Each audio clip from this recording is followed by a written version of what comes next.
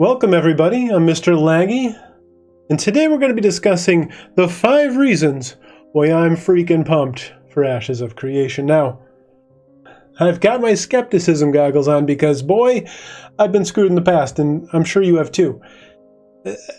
Just about every MMO that's come out has lied to us, has produced content that we desperately did not want or need.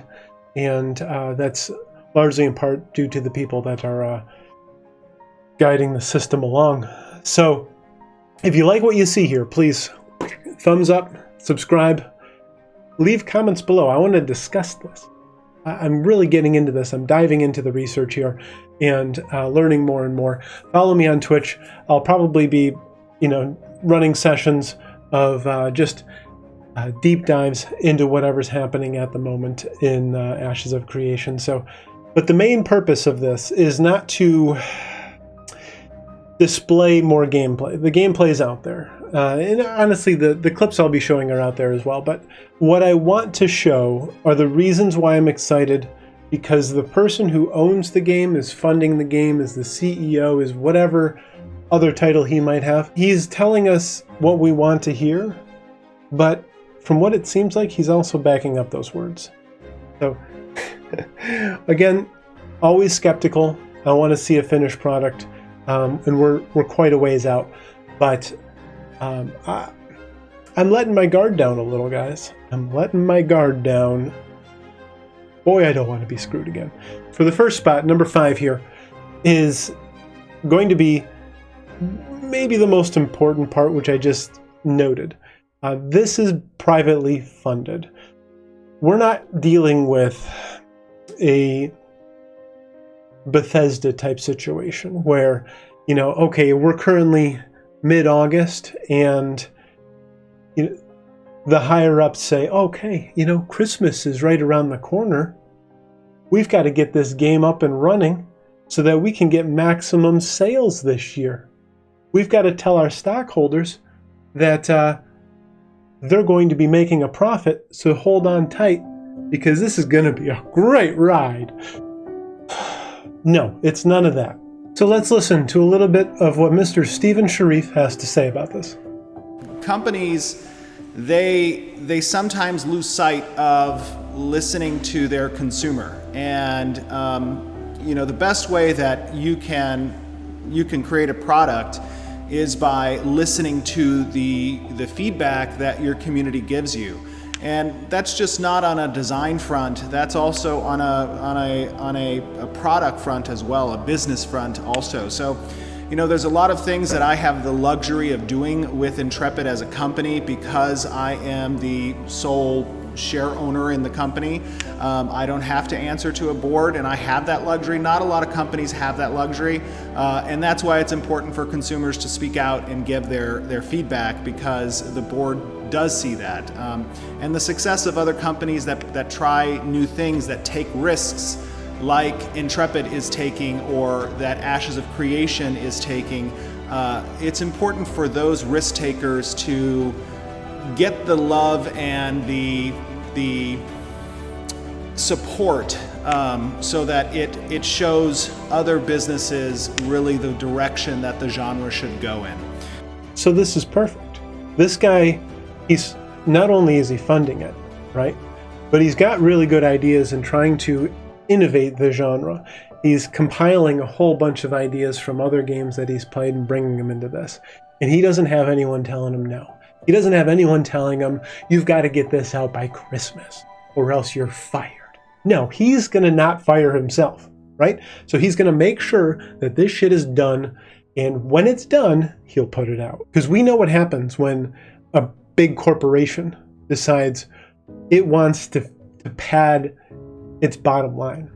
We get Anthem, we get Fallout 76. We get this garbage that they produce content like, let's take Anthem, right? They were producing in-game footage purely for the trailers. They had no game actually built up yet. So they were just producing stuff to show us and then trying to form a game around that. That's garbage. That's garbage. That's money-grubbing garbage. gosh. Okay. Let's calm down. So, privately funded seems to be a good way to go if you want to get your ideas off the paper and into the game. It might take a little while, but the more money he's putting into it and the more money he gets, then the more people he can hire to develop more content, to become GMs so that we have support 24 hours a day in every language, to get more things in the cash app, whatever you need. So his money is there to make the game. Our money is there to provide more content. Seems like a pretty good deal. But I also wanted to point out that later on in that clip, he brings up a point that leads me into number 4. That he's listening. He's paying attention to us. We provide regular updates and whatnot, and it's always exciting to get the feedback from the community. But engaging with, the smaller content creators now, and I wouldn't say, so much smaller. I mean, you've grown over time in your coverage with Ashes, and I think that's great. It's awesome to leverage the community in such a way that you can produce quality content, and I've seen your content grow. My ideal interaction is to interact with everybody, whether they be big, small, whatever. It doesn't matter to me. I'm watching everything I possibly can. Any content that gets created. And a lot of people don't know this about you, but you do watch all the content you can. But you have plucked like math errors out of like minute 18, and I'm like, wait, what? So yeah, I mean, I want the audience to know that you do watch as much as you can. It's important to keep the pulse of the community. And, the best marketing person is a person who understands their audience. And in order to understand your audience, you have to be intimately involved with the opinions and content that they create. Now, that obviously, brings up a separate point of not allowing the minority loud voices to dictate, direction or iteration. And that's not my intent, but rather just to make sure that every possible opinion that's had, whether it be from smaller communities or larger voices, they have an opportunity to reach my ears and eyes. And then that's where I get discerning in, how to essentially interpret those positions and opinions. It means a lot that you guys, take a look and just opine, give your opinion on what we're talking about, right? We're fully funded. We're not looking for people to go like buy the pre-order the game. We don't care about that. We offer that stuff because people like it. But when we talk about essentially you giving your feedback, you telling us what resonates with you, people in your stream kind of commenting on they like this, they don't want that, they want the combat to get better, the visuals need to do this or whatever. We take all that stuff in with a grain of salt, we go through it, we analyze it, we have our community team go through it. It means a lot to us, and we really, enjoy essentially people just giving their opinions on stuff. That as we're introducing systems and as we are testing shit, you guys get to give feedback. And as a consumer, it's so important to use the voice that you have, that support and or disagreement, to give direction to other companies, because so many companies go astray nowadays because they're not being made by, the decisions aren't being made by gamers, they're being made by people who are focused on the bottom line of a company. Right. Yep. And the honest truth is, with games, there is a very core principle that remains true always. If you build it, they will come. Sure. And what you need to build is what the players want. So it's super important for everyone to, if they like what they see, right, and they agree with these game philosophies, to show some love to the project. It's so nice to hear that, isn't it? I mean, again, maintaining healthy skepticism. It's important.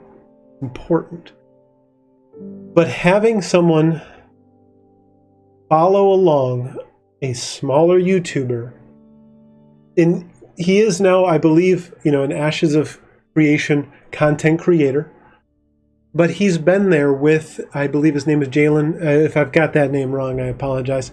But he's been there. He has seen him grow. He has corrected numbers in his video, and he's watching, he's retaining, and he's learning, and he's listening to what people have to say, regardless of if they're a big YouTuber, if they're a small YouTuber.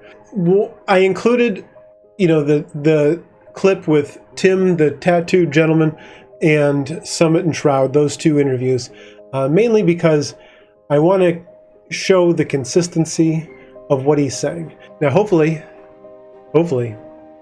he abides by these things. So my perspective in, dealing with new people is I always give them the benefit of the doubt. I just give all of the benefits to them, right? And if they screw me, then I take them back and they no longer get them. Bethesda. Let's be optimistic. Let's express our opinions. You can go to the forums. I've been on their Discord a bunch. It seems like they're very responsive. I've even tested out, shooting a question to Twitter. I sent it directly to Ashes of Creation, and I wanted to see, am I going to get a response? I did get a response, and I got it like 5 to 10 minutes later. That's not bad. And oftentimes, Steven's controlling that. So that's pretty damn good. Now, that's not to say we should all just jump on Twitter and ask him questions. That's terrible. The guy's got stuff to do. He's got to make this game, and he's got to put it out quickly for us so we don't go crazy. So, crazy. A hard word to get out sometimes when you want something. I like what's going on. Even, Blizzard's trying to do this. They're trying to do this with the Shadowlands expansion. They're doing an okay job. It's the first time they've, really tried to do this, from my understanding, like to this degree. And, they're somewhat robotic, developers. And they feel that they understand what we want more than we do. So it takes a lot of big people to tell them to stop doing that. Hopefully this isn't the circumstance. Hopefully, if something crazy happens, it's listened to pretty quickly. The little bit of control that we have in helping build this leads me to number 3, which is the limitations that they're setting on what we can do. Dude. What did you say, Shroud? Is there going to be what? Add-ons. Is that the thing? Oh, yeah. At the moment, add-ons we're not allowing. So, listen, I know add-ons that's a are sore great. Subject. Listen, I'm kind of with you on that. I don't like the idea of creating any advantages for people. Yes, that's my feeling too. On it, and chat said this too. Add-ons. Do you plan to have any? I'm gonna give my philosophy on this. Go ahead. All right, I'm ready.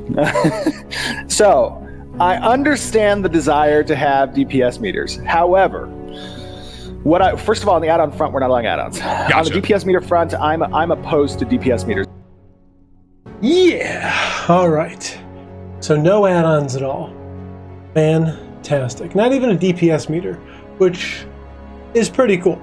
I clipped off a bunch of his theory, unfortunately, to try and reduce the time on this video, because I noticed it's getting a bit long.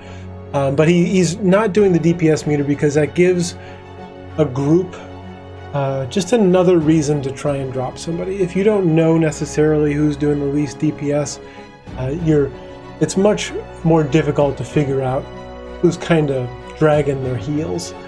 So that's good and bad. But for the most part, I think it's good, especially for people who are just trying to get geared up and they don't want to just get dropped because maybe they're not doing 25% better than they should be. So with the add-ons, fantastic. It makes PvP a lot more fair. It makes PvE dungeons be difficult and new. And you'll learn them eventually and you'll get the patterns down, and that's fine. But why go in there with an add-on that's going to tell you when there's a mass AoE or honestly anything? It tells you everything that's going on with those. So do I like the idea of maybe some UI improvements with add-ons and stuff? Yeah, that's fine. But, I'm going back to WoW. Going back to WoW, there's so many things that the developers just let the people who make add-ons do for them instead of putting it into their game as it is. So if there's a problem, speak with them about it. Speak with Intrepid. Say, listen, we could really use some help in this regard with our UI, with managing such and such, and see if we can get a dialogue going, and maybe they'll add it to the game at some point. So what other limitations are there? Well, flying mounts, for instance. Flying mounts maybe 10 to 20 per server at some point. Like, that'll be the max. They die. You know, you need to have a certain set of skills in order to have them, qualifications, and you can lose those qualifications over time. So that's fantastic. So no more, you know, trying to level up and someone just comes out of the sky, eradicates you, and just flies away, right? They have to go on foot, eradicate you, and then you have to try and fight back when you res. Hopefully they're gone. But that, to me, is great. It allows for the world to feel bigger. It's just another way for the world to feel bigger, including, you know, very, very limited fast travel, as well as long travel times, be it through the caravan or flight paths, that kind of thing. And I think the last part that I remember that was very interesting was resource allocation.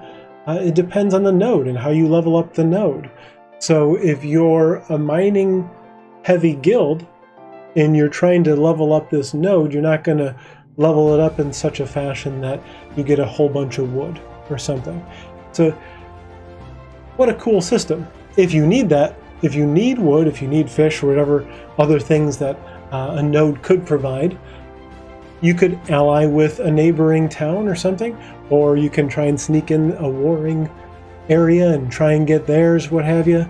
So it provides a much bigger scope of gameplay, a much more diverse scope of gameplay, I should say. So I really like what's going on here. I really do. So, Laggy, if someone is struggling to catch up in this vast system, what are they going to do? Well, I'll tell you what they won't do. Pay money to win. Number 2. There's no pay to win. Didn't see that coming, did you? Things in the game that are effectively like kind of pay to win features. Are you guys going to have anything like that? Absolutely not. No. And not having any pay to win mechanics whatsoever. And I will say this. A lot of developers and companies have come along in the past, and I've been hit by this too, and they've said we're not going to have pay to win, and then boom, they roll out some pay to win. We have consistently said we won't be pay to win, and in the pre-orders that we provide, and even in the Kickstarter, there were absolutely zero pay to win components whatsoever. So not only will we talk the talk, but we will walk the walk as well. No pay to win, no pay to win. That's right, there's no pay to win. So, what's it going to look like for us? What are we going to be financing? So, there's no box cost. So the first $60 gone, right? So that's $65, and you know, it's potentially by that point, if this is out in 2022, could be $70, because from what it sounds like, the next generation of games for the next console could be $70 for us. It'll be around $76, $77-ish with tax. So that's saving us money there. The subscription fee, I think he said, was $15.99. So that's $1 more than WoW, which is a 15-year-old game. So great. WoW should go cheaper. And probably $6 more than what I think Ultima is currently. I think Ultima is $10. Ooh, Jesus. Why are people still paying for that? But all that aside, so we pay $16 a month. And we can support them further by purchasing things in the cash shop. Fantastic. It's all transmog stuff. So it's all making us look cool. And if we get a mount and there's a transmog for that mount, we can make that specific mount look different. Awesome. So now we've got some things that are unique to us. Well, you know, with a little extra money. But where does that money go, you may ask? Well, it goes to further development. Because expansions, which they've got planned, they've got plenty of expansions planned, are all free. Still no box cost. No more expensive subscription, nothing. Just here's an expansion. So now expansions normally what, $40? Just straight up $40. And then if you want super deluxe special editions of anything, you gotta, you know, fork over another $20, $30, $100 for that bullshit. He's not doing it. Now you may ask, okay, there are packages that you can pre-purchase, right? And they do have cosmetics and stuff. They've got game time. You can get access to the alphas and the beta as well, alpha 2, in beta 1 and 2 and such. He has stressed, again, goggles of skepticism, he has stressed that he doesn't care about that stuff. He put that out there for the community because the community likes that. So he's like, we're not here to sell that. You buy, wait till the game comes out before you buy it and determine whether or not you like it then. All you have to do is download the game, put $16.99 for 1 month's worth of subscription into it. See if you like it. If you don't sub. Right? Well, this isn't the game for me.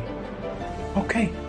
$16.99. So much better than a potential $77 to have to dump into it. And then a sub. Damn, that sucks. This leads us into what I believe is the most important of all of these so far. And this is a personal opinion. This is the concept that has driven me away from every single game and keeps me coming back to WoW, which I might have spoiled earlier, and that's fine. It's his desire to keep a very high quality standard on gameplay in the way your character feels in the game. We got a lot of feedback from the community when it comes to combat, and rightfully so. I mean, combat is the most tactile component of an MMORPG. It's what you really, aside from the systems and mechanics, combat is what you must get right. It must feel good. It must be fluid. It must be mobile. That is a very important component of a successful MMORPG experience, and it's a very iterative process. One of the most iterative processes when it comes to developing a game. Oh man, I've been waiting so long to hear developers say this. You have no clue. So this is the main reason why I go back to WoW, because it feels the best. I hate the game, but I'm still paying for it because I don't experience other games the way I do with it. And I've tried a bunch. My God, I've searched, but they just don't feel the same, right? When you're behind somebody and you're stabbing them in the back, it just doesn't feel like in some games you're doing anything. It feels like, I don't even know how to explain it. Some games it feels like you're just gliding along the land and that you're not actually part of the universe. There's just a picture and your character's moving around on it.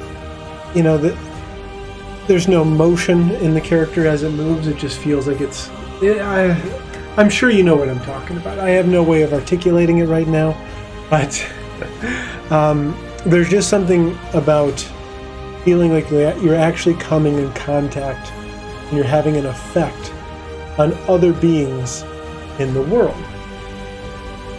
It's broken a lot of games for me. I just can't go back. I play them for a month. I purchase them. Box cost again, subscription cost for 1 month. I play them for a while, and it just doesn't feel like they gave a damn about how my character exists in the world. And that's terrible. I 100% of the game am playing that character. It should have a huge focus on how I interact with everything.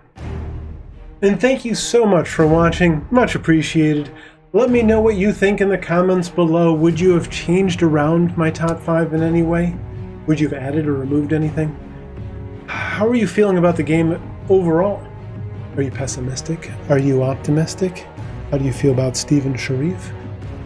Give me the whole scoop. I want to talk about this with people. All right? I don't have anyone in my life to talk about it with. So come on. So now it's the end of the film, and you have to do a couple of things for me and all YouTubers. We've got like, comment, subscribe, bell, Twitch, Twitter, Discord. It's all below.